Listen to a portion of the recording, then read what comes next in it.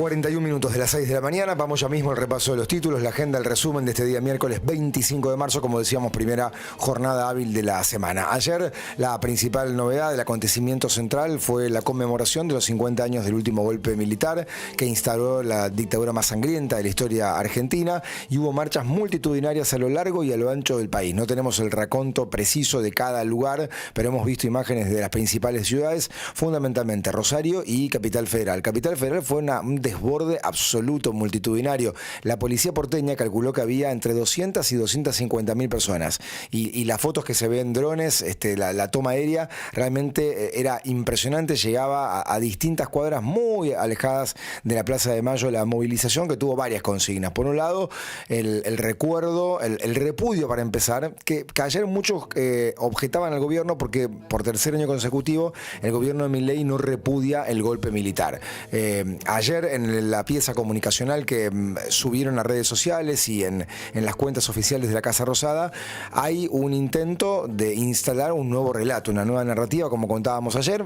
Estábamos en el medio del programa y a las 9 de la mañana se subió formalmente ya ese video, esa pieza, que dura más de 1 hora y cuarto, donde hay dos testimonios, uno de una nieta recuperada que entendió que hubo un intento forzoso de recuperar su identidad y donde le instaban en todo momento a hablar de un padre apropiador y ella se negaba, con lo cual hay una mirada, hay un relato, porque en el comienzo de esa pieza el gobierno remarca que el anterior gobierno había forzado un relato. Este gobierno tiene el suyo, tiene su propia narrativa. En todo caso será la población la que escoja una de las dos, un término medio, ecuánime, equitativo o lo que pretenda.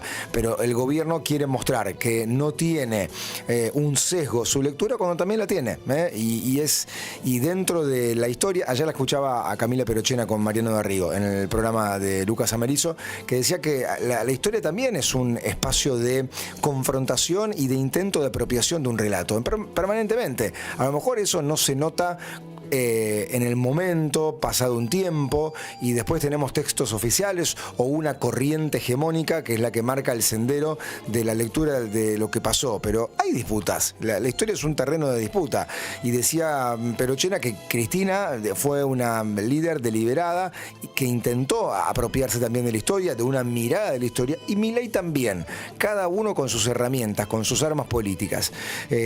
Así que el gobierno ayer no repudió el golpe, instaló un relato que lo viene marcando desde 2024, 2025 y ayer 24 de marzo de 2026, y decía que la consigna que ayer se vio fue un repudio al gobierno por no objetar el golpe, un cuestionamiento al gobierno por su mirada, que algunos entienden y suscribo que es virtualmente negacionista de lo que pasó, sin desconocer la violencia de los 70 en la Argentina, que ayer marcábamos, incluso en un gobierno constitucional peronista, con un Perón que vuelve del exilio ya avanzado en edad, debilitado en su físico, con dificultades para contener las distintas facciones que eran parte del movimiento peronista, la AAA por un lado, Montoneros, el ERP y la JP por el otro. Bueno, todo eso en un momento implosionó, pero de la peor forma lo intentó resolver la Junta Militar, avanzando con vejámenes, torturas,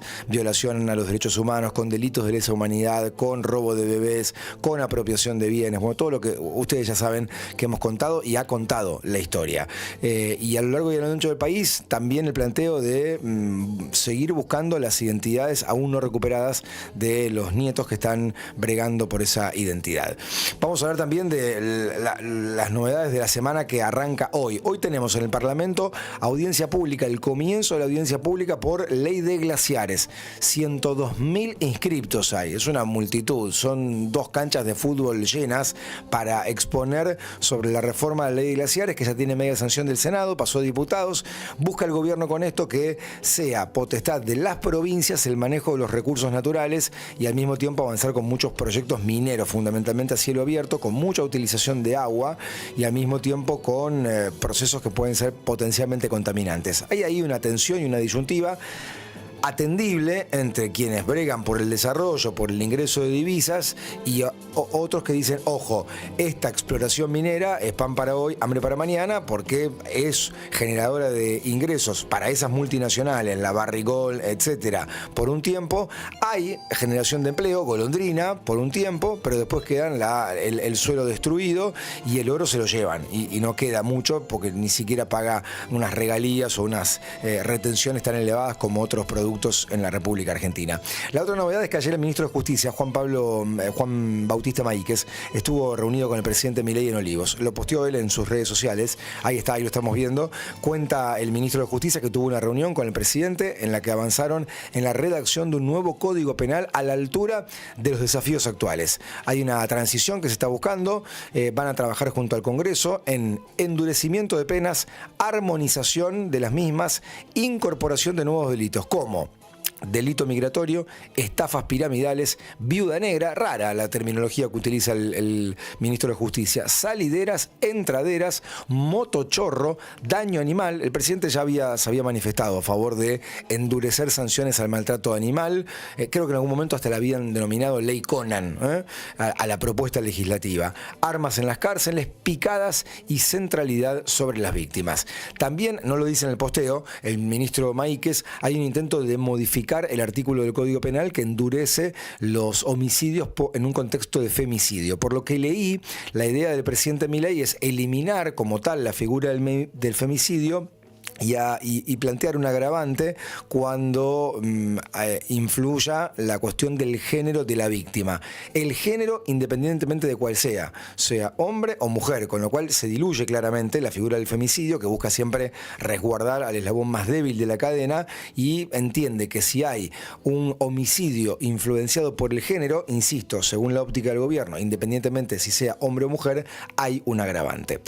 Vamos a hablar también de los temas en la agenda económica. Nos queda una semana del mes de marzo por delante. Ya de hecho el jueves que viene ya no es jornada hábil, tenemos el feriado por los veteranos de Malvinas, y la mayoría de las consultoras ve una inflación del mes en curso en torno al 3%, muy recalentada por el tema del precio del combustible, que subió en lo que va del año 22%, y entre febrero y marzo fundamentalmente más de un 10%, producto de la crisis en Medio Oriente, la guerra entre Irán, Israel y Estados Unidos, y los posteos que hace el presidente norteamericano Trump, que cada tanto bajan el precio de barril, después lo vuelven a subir, y se ha estabilizado en torno a los 100, 105 dólares el precio del barril a nivel internacional. 6:49, ahora en la mañana.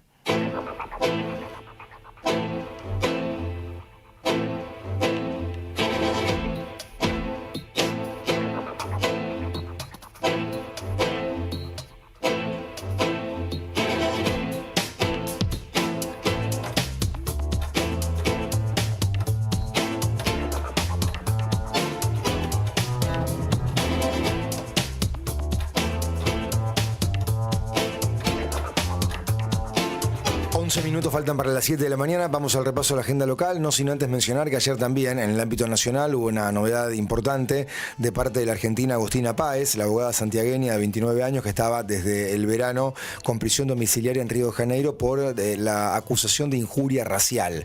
Ayer fue la primera audiencia en Río de Janeiro, y la novedad es que la Fiscalía bajó muchísimo el pedido de pena, pasó de 3 delitos vinculados a solamente uno continuo. Parece un tecnicismo, pero es una diferencia sideral, y al mismo tiempo planteó una pena en expectativa de 2 años, condicional, que la puede cumplir en la República Argentina. Pero, en principio, la Fiscalía pretende que haya un resarcimiento a las víctimas, que son 3, entre 40 y 50 mil dólares para cada uno de ellos. Es decir, que la abogada santiagueña va a tener que pagar entre 120 mil y 150 mil dólares por esa gestualidad tan injuriosa, que para las autoridades judiciales de Brasil no es un tema menor, es un delito grave.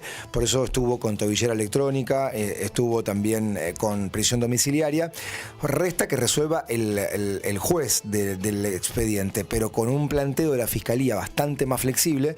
Recuerden que en algún momento se habló de una pena en expectativa de 15 años de prisión, con lo cual ayer veíamos una virtual rueda de prensa que dio la Argentina al salir de la audiencia en Río de Janeiro. Se la veía muy feliz en su rostro, pero va a ser condenada, digamos, no resulta sobreseída, el delito no es archivado, es condenada en una pena de cumplimiento condicional en la República Argentina, volverá a su país de origen, pero va a tener que hacer tareas comunitarias y pagar una multa muy elevada, de hasta $150.000 en el total de las 3 víctimas. Venimos a la ciudad y la región con información, vamos a dar cuenta de lo que fue también la marcha local a favor de la verdad, la memoria y la justicia, también multitudinaria, difícil de mensurar, de medir, a diferencia por ahí de lo que pasaba en la zona de Plaza de Mayo en Buenos Aires, donde la policía porteña hizo una estimación. Acá no tenemos de parte de la autoridad una estimación, pero también se calculaba 100.000, 150.000 personas, una multitud en la marcha que arrancó concentrándose en la Plaza San Martín y confluyó en el Monumento Nacional a la Bandera, con planteos muy similares a lo que recién mencionábamos a nivel nacional. Vamos a hablar también de los temas que sobresalen en la agenda local. Días atrás dábamos cuenta de la postura del Instituto del Transporte de la UNR, que había emitido un comunicado, un documento, a favor de sostener las ciclovías, fundamentalmente la de calle Rioja, por entender que no se puede aplicar una política de parche, sino que hay que tener una mirada integral. Y ahora agregan, por ejemplo, un aval a el Metrobús de la zona norte, un Metrobús objetado por vecinos, por comerciantes, por peatones, por transeúntes, mejoró levemente la velocidad comercial del colectivo. Bueno, ¿qué dice este espacio de análisis de la UNR?